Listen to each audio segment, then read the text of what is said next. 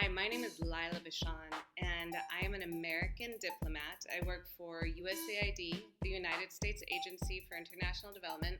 But this video is all of my own personal views, nothing official. I'm making this video because I remember what it felt like to be starting on my career in international affairs and feeling a little intimidated and mystified by the whole potential of a career in global affairs. I knew I wanted one, but I didn't quite know the form it would take. So that's one reason I wrote my book, Global, An Extraordinary Guide for Ordinary Heroes.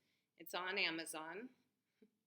And it's a really great resource. And I wrote it for people like myself 20 years ago who knew they wanted to do something to make the world a better place, but didn't know exactly what that entailed.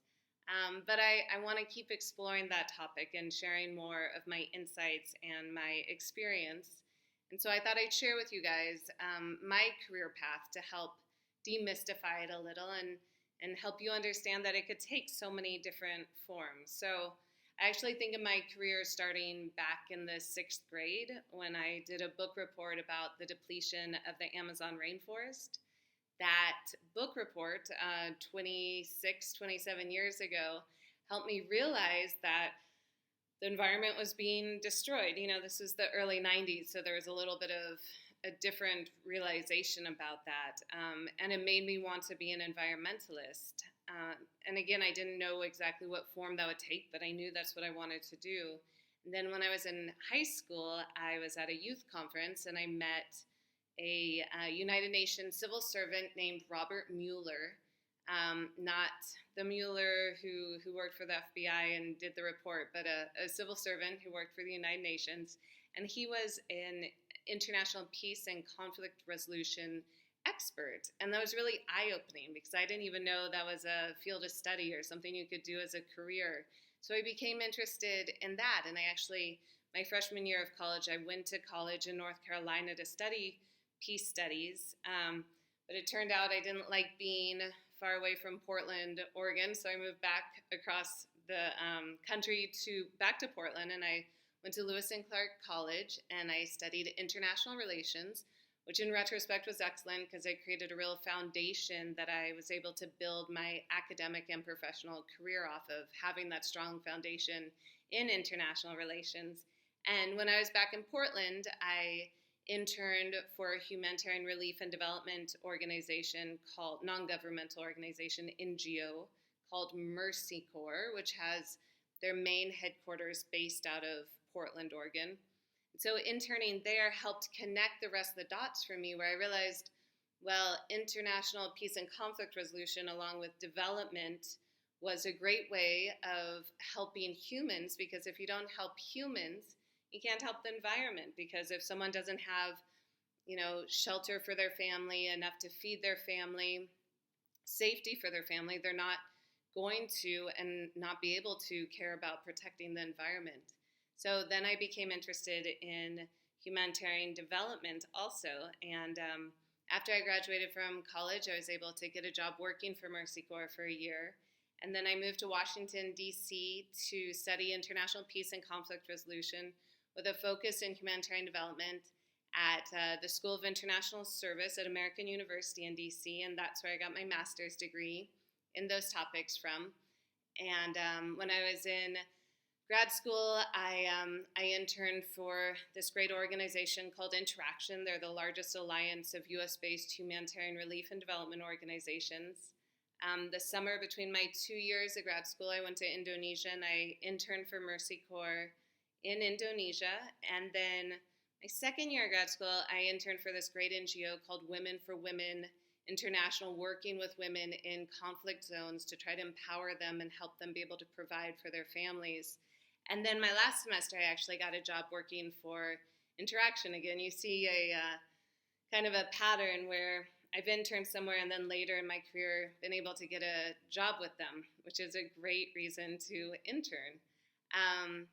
And then when I was in grad school, I also applied for a fellowship called the Presidential Management Fellowship, the PMF, which you're eligible to apply for in grad school, law school, PhD, JD, different business school. And it's a way to get into the federal government, kind of like to become a civil servant. You become a civil servant when your fellowship is done. And so I got that, and then after working at Interaction about a year, I actually got a PMF position.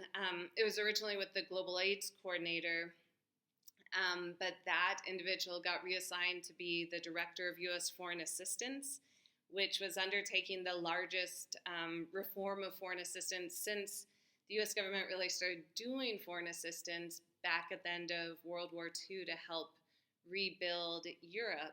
And so now fast forward to 2006, they were reforming foreign assistance, State Department, USAID, and then part of the Department of Defense budget comes under this foreign assistance account. And so I helped work on that reform, and then I managed some of the country's budgets from that office in West Africa, but I was based in DC, but would travel around Africa for like different trainings and stuff. And then after that, I went to the Office of the Coordinator for Reconstruction and Stabilization, and I was the Conflict Prevention Officer for Sub-Saharan Africa, getting to actually utilize some of the things I had learned in grad school.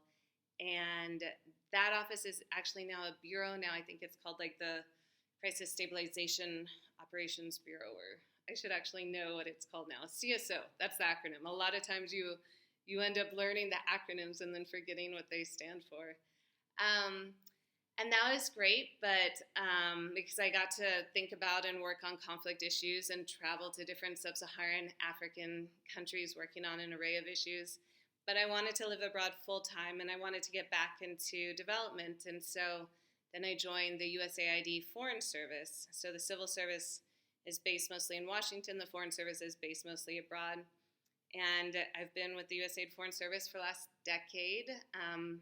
My first tour was in Guatemala, then Tajikistan, then I was back in Washington for a little bit, and now here I'm in Armenia. I'm entering my 4th year here, and I'm actually bidding right now, so a year from now I could be anywhere in the world along with my family, so that's exciting and a little nerve-wracking. So thank you for letting me share with you a little glimpse of the career path that I've been on for the last 27 years since that 6th grade book report.